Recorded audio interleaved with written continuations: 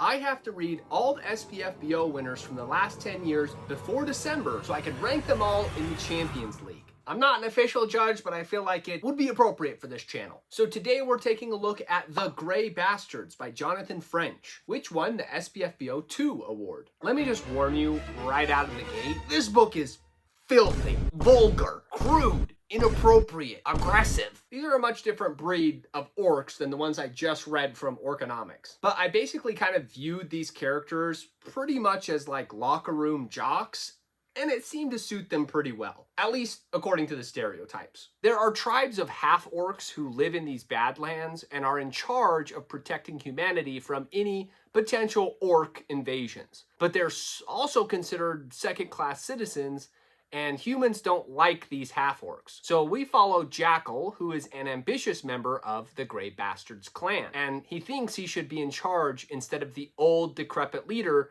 that they currently follow. But as he seeks to position himself as a leader, more and more things keep going wrong, and more mysteries begin to unfold. So with that context in mind, let's go ahead and dive into this indie review.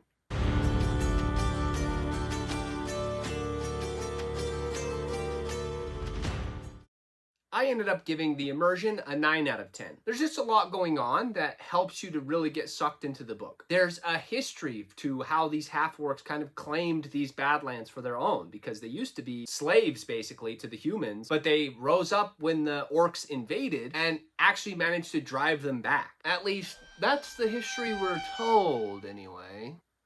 The politics between these half-orcs and humans and these other races create an interesting dynamic, and the politics themselves within the individual clans are also very grounded in their cultures and reasonings. We also get exposed to a lot of different landscapes, so it's not really one note. We do get to experience a lot of different things. So we get to see some swamps and marshlands and bogs. We get to see everything from castles to prisons, obviously the forests in which they live. We also get to see some interesting differences in religions and beliefs between the different races within these badlands. There's definitely some clashing cultures, from like the centaurs to the dwarves to the orcs, so there is a little bit of tension that way as well. And all of these different components just kind of work together really well to flesh out a well-rounded world. The names, I gave an 8.5 out of 10. The reason for that is I felt like the characters were just a little bit coarse for my liking, but they were also pretty basic. I know that suits them as,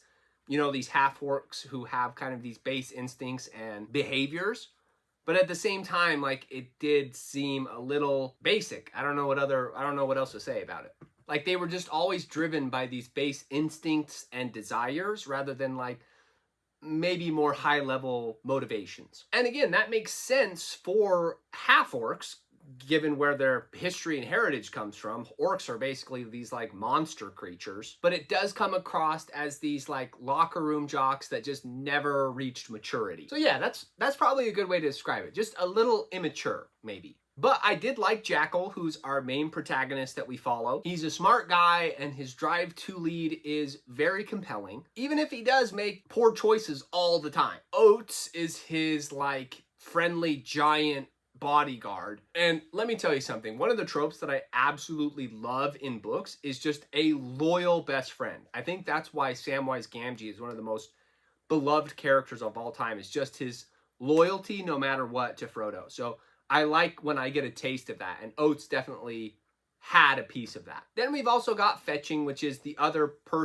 woman that rounds out this trio of friends. And she's just super stubborn and kind of determined to not only earn her place within the clan, but prove that she's better than everyone else, which is very uncommon because women typically don't hold any type of leadership within, you know, these clans and tribes. And the group dynamics are just a lot of fun to be a part of, to see all the rivalries and betrayals, the friendships and the histories all colliding into a wonderfully interesting mess. The magic was interesting, and I ended up giving it an 8.5 out of 10. It just played such a underlying role to the entire story. And it all starts when a powerful magician shows up to the Grey Bastards fortress, and honestly, that's when things really start to unravel a little bit. He's incredibly powerful, but how his magic works is a little bit of a mystery kind of throughout the story, but it still is very compelling, and it has a clear set of rules.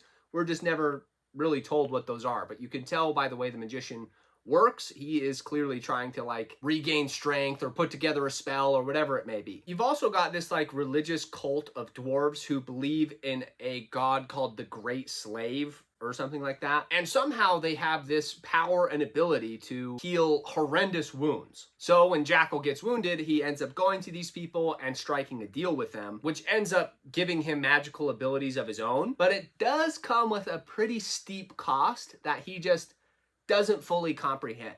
And he doesn't think it matters, but it most certainly does. We also get to see this like swamp creature that controls these like tar leeches. So that was gross, but interesting. We learn about this like mysterious poisonous plague that is able to keep the orcs at bay and away from their invasions. There's this thing called a blood moon that basically turns these centaurs into violent berserkers that just go on a killing spree when it happens. And there's just a lot of these like little fragments of magic that are just woven into the overall story. So it just was able to hold my curiosity and create a sense of wonder kind of throughout the story. The infrastructure, I gave a 9.5 out of 10. Now this one can change depending on how much tolerance you have for like a really base prose that has lots of swearing and crudeness to it. I didn't necessarily hold it against this score because it did make sense for the story since it was coming from these base half-orc creatures who have these like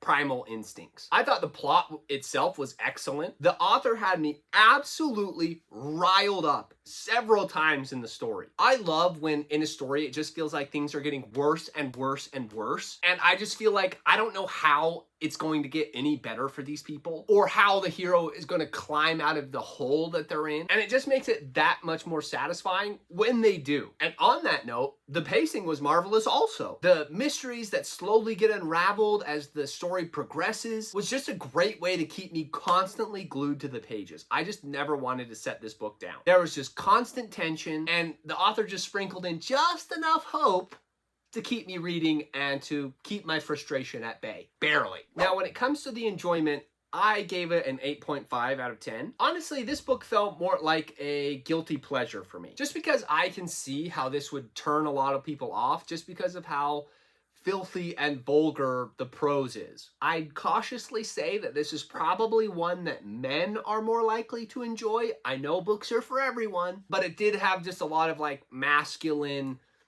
components to it. But feel free to test it out and prove me wrong. I'm okay with that. As you know, I don't love sex scenes in books. This is no different. In fact, I'd almost say that these were worse because they weren't romantic. It was almost just like gratuitous lust from time to time, which I'm not a big fan of that. And there was a lot of it. And even though it makes sense for the story, just the base crudeness of it was just a slight detractor for me to be able to fully enjoy this one. I would probably still continue reading this series, but yeah, I was definitely torn because the plot, everything about it was great. It made sense. I just don't necessarily like that much. So that leaves The Grey Bastards with an overall score of 8.8 out of 10. So if you're looking for something that has an interesting magic system and a mysterious plot with great pacing, then I definitely recommend this one. So long as you're not squeamish about swearing or sex or that crude humor that I discussed. It's not going to be for everyone, but again, this is going to have to be a guilty pleasure that I admit to moving forward. Now let's judge a book by the cover. This one pisses me off because there are two covers for this book, okay? Let's take a look at the original. Look how awesome that is. It's so perfect. You get to visualize the warhogs that they're always riding throughout the story. The kiln burning in the background. It just has so much vitality and motion to it. And then it gets picked up by traditional publishers. And this is what they put out. Lifeless, emotionless, bland, boring. This doesn't communicate anything about the story. Whoever's in charge of this cover should be fired from their jobs. It's atrocious. Keep the original cover. It was so much better. Big L, in my opinion. But that'll do it for today's video, and we'll just have to wait and see where the Grey Bastard ends up falling in this Champions League. Be sure to check out my reviews for the other champions to see if you should be adding these to your TBR, and I will see you in the next video.